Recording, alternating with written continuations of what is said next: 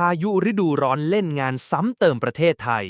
สุดสัปดาห์ที่ผ่านมา น้ำจากแม่น้ำป่าสักทะลักท่วมหล่มสัก เพชรบูรณ์ จมบาดาลถึง 11 ชุมชน ยานธุรกิจอ่วมอรไทยอ่วมกว่าที่เคยเจอมา ผู้ว่าสั่งอพยพด่วนจี ใครอยู่ริมน้ำเก็บของขึ้นที่สูง ขณะที่อุตุนิยมวิทยาเตือน ฝนยังไม่หยุดง่ายๆ เหนืออีสานกลางใต้ เตรียมรับมือระวังน้ำป่าฉับพลันด้วยนะ ว่าแต่สถานการณ์น้ำท่วมที่บ้านคุณเป็นยังไงบ้าง มาแชร์กันหน่อย แล้วอย่าลืมกดติดตามจะได้ไม่พลาดทุกข่าวสารนะ